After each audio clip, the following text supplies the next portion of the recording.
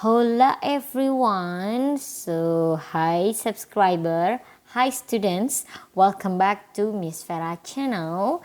And for today, we are going to talk about structure. As you can see on the screen ya, on the video, bahwa hari ini kita akan membahas tentang structure questions.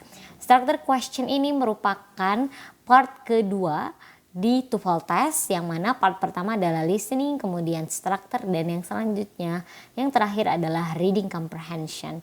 And for our book resources, kita menggunakan dari Longman. Hari ini kita di video kali ini kita menggunakan buku dari Longman ya. So this is structure question. Without any further ado, let's get started. Yep, this is the first materials about structure di buku Longman ini, yang mana dia membahas sentence with one clause. Jadi antara sentence dan juga klausa itu berbeda ya. Kalau klausa itu dibedakan menjadi ada independent dan juga dependent. Ada yang klausa bisa berdiri sendiri dan ada juga klausa yang tidak bisa berdiri sendiri. Artinya dia secara meaningnya, kalau yang dependent tuh dia membutuhkan another clause untuk memperjelas klausa tersebut gitu. Itu disebut dengan dependent clause karena dia ya tidak bisa berdiri sendiri. Kalau independent clause adalah klausa yang jelas gitu, yang dia tidak membutuhkan klausa lain untuk memperjelas klausa tersebut gitu. Kalau sentence, jadi sentence ini bisa terdiri dari satu klausa ataupun dua klausa, yang mana ada independent dan juga dependent clause begitu ya. Namun syarat utama daripada sentence ataupun klausa adalah dia harus mempunyai satu subjek dan juga satu verb gitu ya. Minimal harus ada satu subjek dan juga satu verb. Dan ini adalah hal yang akan kita pelajari hari ini. Oke. Buku Longman ini tuh dia cukup detail sekali. Dia membaginya berdasarkan skill ya. Oke, so this is the first skill. Ini skill yang pertama adalah be sure the sentence has subject and a verb ya. Jadi kita harus memastikan nih di soal itu bahwa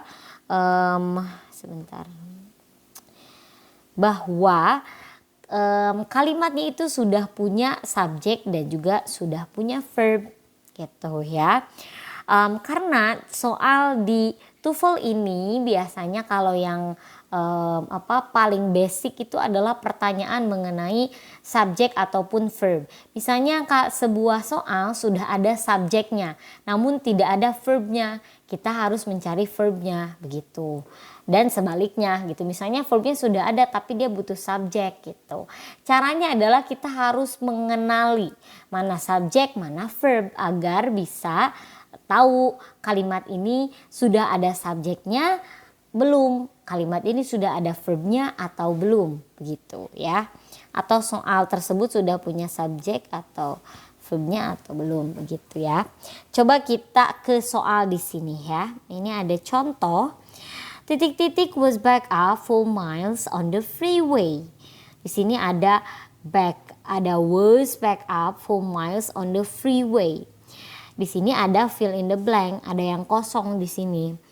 Kita bisa langsung tahu bahwa was back up ini adalah verb ya, kalimat. Jadi pas lihat soal tuh, soal ini mana ya subjeknya, mana ya verbnya gitu. Di sini kita sudah tahu bahwa was back up adalah verb. Maka kalimat tersebut tidak punya subjeknya gitu. Karena kan sudah pasti ya letak subjek itu ada di sebelum verb gitu, di sebelum kata kerja. Maka kita harus mencari subjeknya di sini. Kita lihat di sini ada pilihannya A yesterday, kemudian ada in the morning dan juga traffic, terakhir adalah cars di sini. Coba Miss mau tanya, syarat utama daripada subjek itu adalah apa sih nih ya? Kalau subjek itu dia syarat paling dasarnya harus noun. Kamu tahu apa noun? Noun, kata benda. Kata benda in English dia bisa banyak sekali. Kita sebagai human juga bisa dikatakan kategori noun. Kemudian ya jelas ada benda mati, benda hidup ya. Itu sudah termasuk noun gitu. Maka di sini yang pertama yesterday dia bukan noun karena dia merupakan time ya. Adverb of time, yesterday, keterangan waktu. Kemudian in the morning juga sama, di adverb of time. Kemudian selanjutnya ada traffic dan ada cars di sini. Dua hal ini merupakan noun, traffic dan juga cars. Traffic adalah kemacetan, cars ya as you know dia cars. Namun di sini kita lihat lagi nih, ternyata verbnya ada pakai was. Artinya dia adalah singular. Ketika verbnya singular maka kita harus memilih subjeknya yang singular. Yang mana yang singular? Yes, traffic. C. Kalau yang cars dia plural. Kenapa plural? Ya ini kalau cuman singular cuman car doang kan. Tapi ini dia cars. Banyak nih carsnya. Kalau jawabannya D maka verbnya di sini harus pakai were, not was. Begitu ya.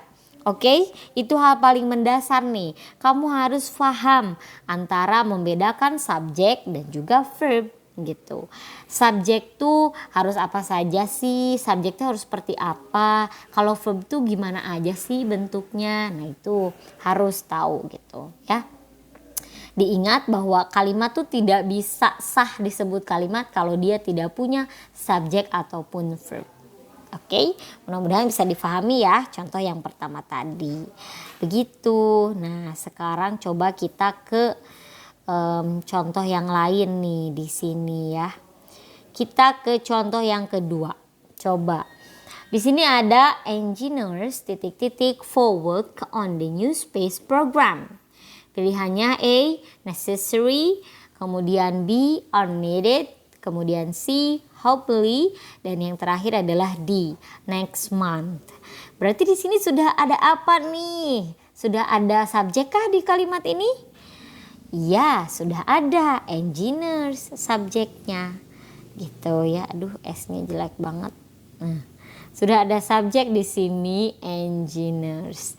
Berarti kalimat ini apa yang tidak ada? Yang tidak ada adalah verbnya. Maka yang manakah yang paling tepat nih verb? Coba di sini ya. Ya, jawabannya adalah yang B, are needed. Karena necessary jelas bukan verb. Hopefully juga bukan, next month juga bukan. Gitu ya. Oke. Itu contoh yang lain. Mudah-mudahan bisa semakin paham ya.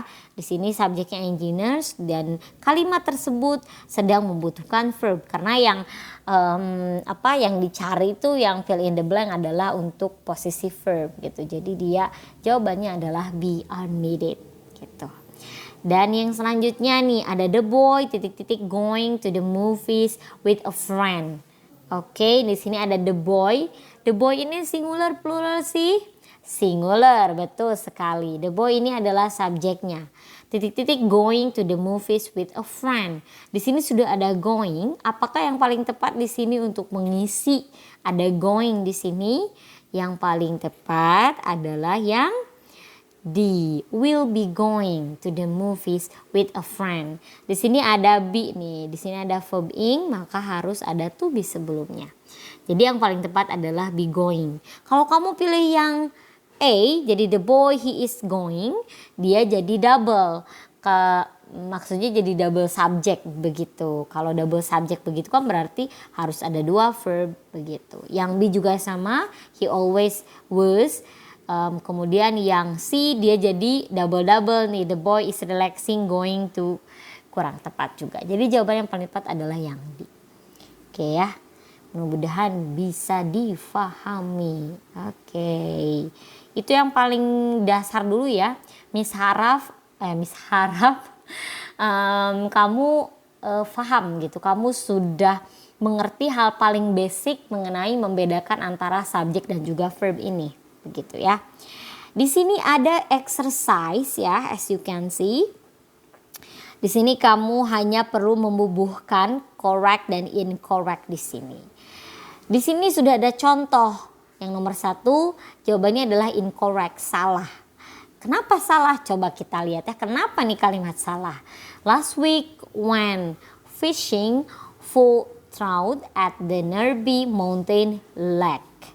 Di sini ada verb loh, ada when di sini. Verb 2 dari apa sih when?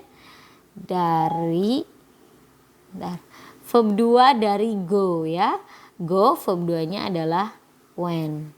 Nah, tapi ternyata di kalimat ini nggak ada subjeknya. Tiba-tiba last week when aja. Ya siapa yang went fishing? Nggak jelas gitu kan. Minggu lalu pergi memancing. Ya siapa yang pergi mancing kan? Tidak jelas tuh subjeknya yang mana. Jadi kalimat yang pertama incorrect karena dia tidak punya subjek begitu. Yang ada cuma verb doang. Kemudian yang nomor 2 jawabannya adalah correct atau betul. Coba kita lihat kalimatnya. A schedule for the day's events can be obtained at the front desk. Ini betul karena ini adalah subjeknya schedule. Ini adalah verbnya can be obtained. Gitu. A schedule of the day's events dia adalah subjek untuk can be obtained. Begitu ya, oke. Nah itu, tapi ini Miss, kenapa ternyata subjeknya bukan nama orang? Seperti yang Miss bilang tadi bahwa subjek itu can be anything. Bisa apa saja gitu, subjek itu. Namun selain daripada apa saja dia harus noun di sini gitu. Schedule of the day's events dia termasuk noun karena ya jadwal kegiatan hari ini gitu. Jadwal kegiatan hari ini can be obtained. Nah itu jadwal kegiatan hari ini termasuk dalam kategori subjek begitu. Oke. Nah itu di sini ada nomor 3 sampai 10. Nah, kamu bisa pause dulu nih videonya, kemudian kamu bisa kerjakan nomor 3 sampai nomor 10 begitu. Ini nomor 3 sampai nomor 10 untuk exercise 1 yang mana aja sih yang correct. Nomor 3 misalnya kamu mau jawabnya correct. Nomor 4 apa gitu. Namun kamu harus paham cara membedakannya gitu. Oke? Ya, silakan di pause dulu. Kemudian nanti kita samakan ya. Oke, kita langsung samakan ya. Mudah-mudahan sudah selesai mengerjakannya. Sekarang kita lihat di nomor 3 nih ya. A job of the day, shift or the night shift at the plant available. Jawabannya adalah incorrect. Dia hanya menyebutkan apa itu? Dia hanya menyebutkan a job saja, pekerjaan saja, namun tidak ada verbnya di sini. Jadi ini hanya subjeknya. Gitu. Jadi ini harus ada plan is available, harus ada is available begitu. Oke, kemudian yang keempat, nomor 4, the new computer program has provides a variety of helpful application. Jawabannya adalah incorrect karena dia has provide, harusnya tidak perlu ada has. Provide saja di sini. The new computer program provides, tidak perlu ada has. Kenapa tidak perlu ada has? Kita akan bahas nanti di video selanjutnya ya. Dia tuh tidak butuh has di situ, hanya butuh provide saja begitu. Kemudian yang nomor 5, the box can be opened only with a special screwdriver. The box can be open. Correct. Ini subjeknya, the box can be open adalah verbnya. Kemudian yang nomor 6, the assigned text for history class, it contains more than 20 chapters. Di sini ada the assigned text for history class. Ini incorrect ya, karena dia tidak perlu ada it di sini. Jadi the assigned text for history class contains begitu. Jadi kalau ini ada it di sini jadi double subject begitu. Jadi dia incorrect. Oke. Kemudian yang nomor 7, the paper is the waste basket in the waste Basket should be empty into the trash can outside. Yes, ini correct. Kemudian nomor 8, departure. Kenapa correct? Ini adalah subjeknya, ini adalah verbnya. Kemudian departure before down on a boat in the middle of the harbor. Incorrect. Tidak jelas ini mana verbnya. Kemudian yesterday found an interesting article on pollution. Siapa yang found an interesting article-nya? Tidak jelas, jadi incorrect. Kemudian nomor 10, the new machine is processes 50% more than the previous machine. Oke, ini di sini incorrect juga karena is process, tidak perlu ada is di sini. Harusnya processes doang. Gitu, karena the new machine kalau ada is di sini dia harus ada processing. Karena di sini dia proses, maka tidak butuh is di situ, gitu ya. Oke, baiklah. Itu mengenai exercise yang pertama. Oke, mudah-mudahan dapat difahami ya. Mudah-mudahan dapat mengerti bagaimana cara mengetahui kalimat tersebut sudah punya subjek atau belum dan lain sebagainya. Begitu ya. Oke, selanjutnya adalah skill yang kedua. Tadi skill yang pertama kita sudah selesai membahasnya.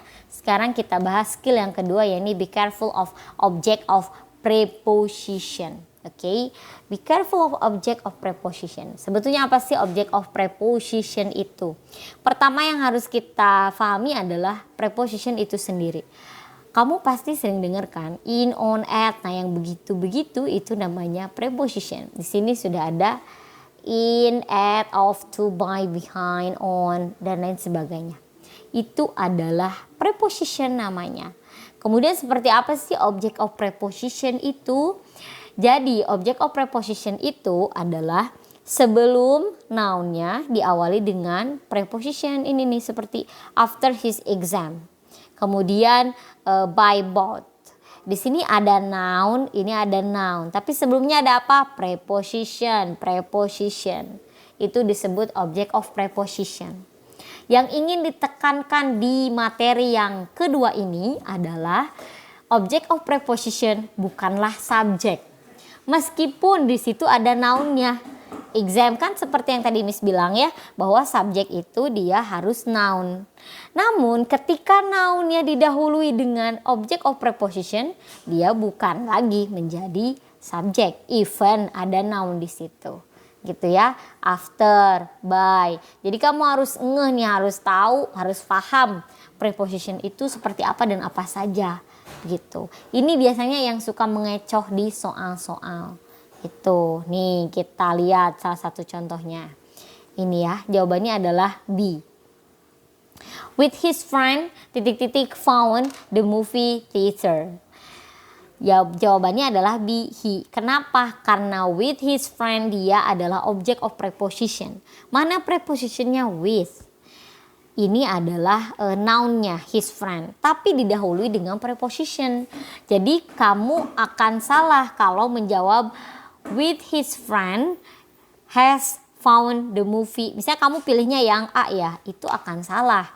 Karena with his friend tidak bisa disebut subjek atau tidak bisa dikategorikan subjek. Karena dia contain preposition. Maka yang paling tepat adalah yang B. With his friend he found the movie theater. Begitu, oke? Jadi yang ditekankan di sini adalah object of preposition, bukanlah subjek.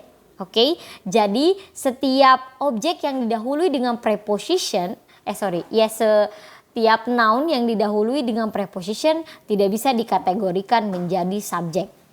Ya, oke? Dapat difahami ya? Coba kita lihat lagi ke sini.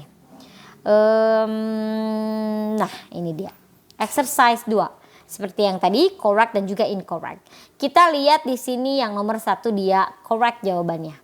The interviews by the radio broadcaster were carried live in the station. Oke? Would carry live by the station. Di sini ada the interviews. Kenapa jawabannya correct? Karena ini adalah subjek untuk mana? Untuk ini. Jadi di sini ada object of preposition, ini prepositionnya by, radio broadcaster adalah nounnya. Di sini adalah object of prepositionnya by radio broadcaster. Namun jangan terkecoh, verb yang ini subjeknya adalah ini, interviews. Begitu ya, jadi jangan terkecoh. Sekarang kita lihat ke yang nomor 2 nih, dia incorrect. In the last possible moment before take off, took his seat in the airplane. Di sini ada took verbnya, maka subjeknya yang mana? Tidak ada, karena ini diawali dengan object of preposition. Ada in, kemudian in adalah preposition, the last possible moment adalah to be-nya, adalah apa itu namanya, noun-nya ya, the last possible moment gitu. Dan in the last possible moment adalah bukan termasuk kepada subjek. Jadi salah yang ini. Oke, jadi hati-hati ketika menemukan soal ada object of preposition itu bukanlah subjek. Remember ya, object of preposition bukanlah subjek. Oke, can you get it? Ya, mudah-mudahan bisa ya. Ini ada exercise 2. Silahkan bisa di pause dulu, dikerjakan nomor 3 sampai nomor 7. Ini correct dan juga incorrect untuk membedakan atau untuk lebih mendalami kamu mengerti atau tidak mengenai fungsi daripada object of preposition ini. Gitu, oke, silakan di pause dulu. Baik, sekarang kita samakan antara nomor 3 sampai nomor 7 saja ya. Di sini yang pertama ada nomor 3, at the neighborhood flower shop, flowers in quantities of a dozen of half dozen can be delivered for free. Ya, ini adalah correct. Nomor 3 correct. Object of prepositionnya mana? Ini, at the neighborhood flower shop. Subjeknya mana? Ini. Verbnya can be delivered for free. Dia verbnya. Kemudian nomor 4, the progressive reading method at this school are given credit for the improved test scores. Oke, ini jawabannya adalah correct. The progressive reading method ini adalah subject, are given credit, verbnya. Mana object of preposition? At this school. At this school are given at this school adalah object of prepositionnya gitu. Dan ini adalah subjek verb untuk ini subjeknya. Okay, and then number 5, for the last 3 years at various hospital in the country has been practicing medicine. Ini incorrect karena tidak ada subjek di sini. For the last adalah object of preposition, has been-nya ini verb dan kalimat ini tidak punya subjek. Kemudian nomor 6, in the past a career in politics was not considered. Ini juga incorrect karena dia object of preposition, di sini sudah ada verb di sini dan dia tidak punya subjek karena ini adalah object of preposition. Kemudian yang terakhir nomor 7, shopping in the downtown area of the city, it has improved a lot in recent years. Shopping in the down areas of the city, it has improved. Yang manakah object of prepositionnya adalah in the town area of the city, it has improved, dan ini adalah correct gitu. It has di sini improve. Begitu ya, oke? Itu mengenai object of preposition. Remember, object of preposition bukanlah termasuk subject. Ya, oke? Object of preposition adalah noun yang diawali dengan preposition. Oke. Selanjutnya adalah skill yang ketiga, be careful of appositive. Nah, ini tentang appositif nih ya. Ini appositif apa sih sebetulnya appositif itu? Appositif itu biasanya suka bikin bingung nih ya di structure question ini gitu. Karena ya suka sedikit-sedikitnya menipu gitu. Jadi appositif ini tuh adalah fungsinya untuk memperjelas kata benda, memperjelas noun yang dia tuh punya similar function atau punya fungsi yang sama di situ. Di sini an appositive dijelaskan. An appositive is a noun that comes before or after another noun and has the same meaning. Di sini ada contohnya nih, Sally, the best students in the class. Nah ini tuh appositive, the best student tuh. The best student in the class got an A on the exam. Subjeknya apa? Sally. Appositifnya mana ini? The best student in the class. Verbnya mana ini? Got an exam. Apa sih sebetulnya yang ingin ditekankan di sini adalah seperti tadi, object of preposition bukanlah subjek. Begitupun dengan appositif. Appositif bukanlah subjek. Remember, appositif bukan subjek. Jadi ketika dia the best student in the class, ini appositif, dia tidak bisa dikatakan subjek. Karena subjeknya yang mana ya? Sally. Itu ya. Jadi jangan tertipu dengan appositif ini. Coba kita lihat seperti apa sih jenis soalnya. Nih ya, ini. Titik-titik ada George is attending the lecture. Oke, ada George is attending the lecture. Berarti yang manakah yang paling tepat nih? Dan appositif tuh harus noun ya. Ketika kamu kalau misalnya mau menyimpulkan sendiri misalnya right now. Masuk akal aja sih kita mau pilih right now. George is attending the lecture. Betul kalau secara meaning. Happily juga bisa. Because of the time bisa. Dan my friend juga bisa. Namun diingat yang dijelaskan adalah noun. Maka appositifnya juga harus berbentuk noun. Begitu. Harus kata benda lagi nih. Meskipun even nih ini semua tuh masuk akal aja atau nyambung aja kita mau jawab juga gitu. Tapi yang paling tepat jawabannya adalah yang di my friend. Karena dia noun. Gitu. Di sini George dia subjeknya. My friend adalah appositifnya. Jadi diingat bahwa appositif itu pun bentuknya juga harus noun gitu ya.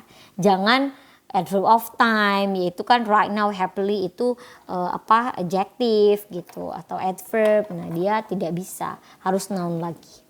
Itu ya, itu contoh appositif tuh seperti itu. Nih ya, contoh yang lain ini nih ada titik-titik Sarah really missed her basket shots.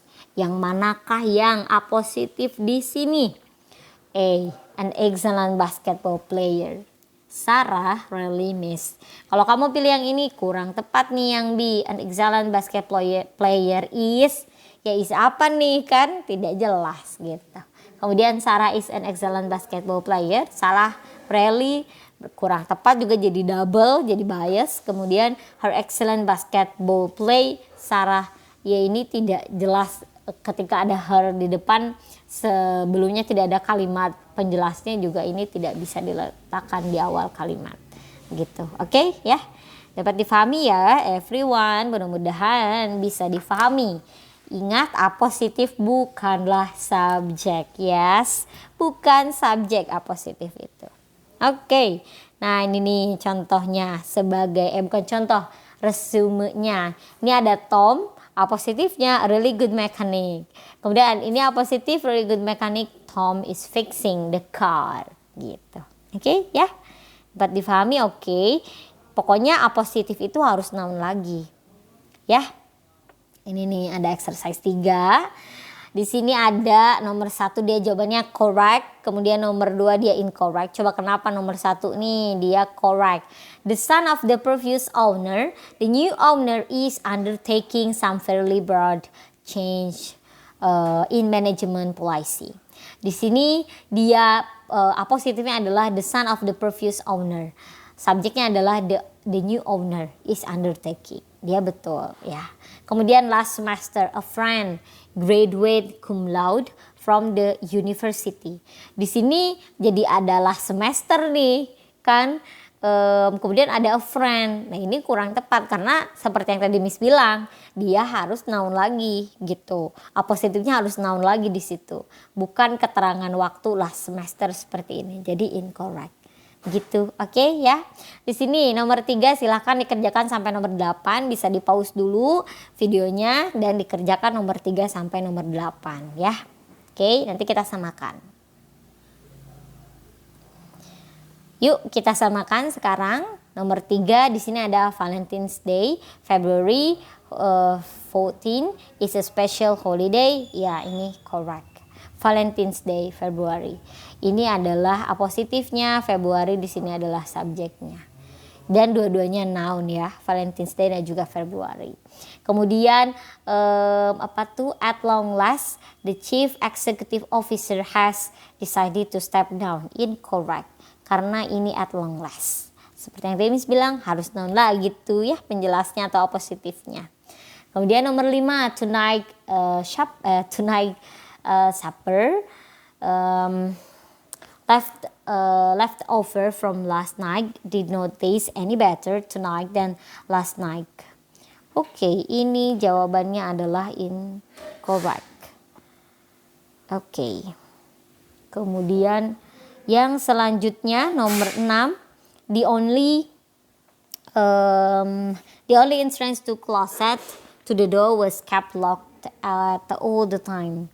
The only entrance to the closet, the door was, ini correct. Kemudian nomor 7, in the cold of winter, a wall hunting unit would not return. Incorrect. Nomor 8, the new tile pattern, yellow flowers on a white background really brightens up the room. The new tile pattern, yellow flowers on a white background. Oke, ini correct gitu. Ini adalah positifnya, ini adalah subjeknya, begitu. Oke. Tonight supper left over from last night.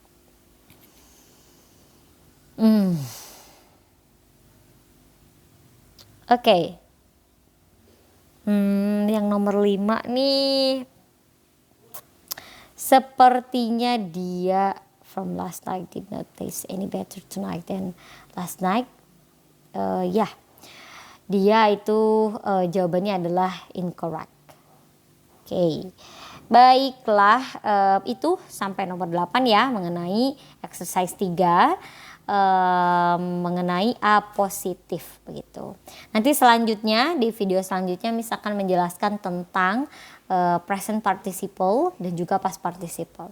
Jadi sampai sini dulu, mudah-mudahan bisa difahami materi kita hari ini begitu. Okay, that's all for today's video. See you on the next video. Thank you so much. Bye bye everyone.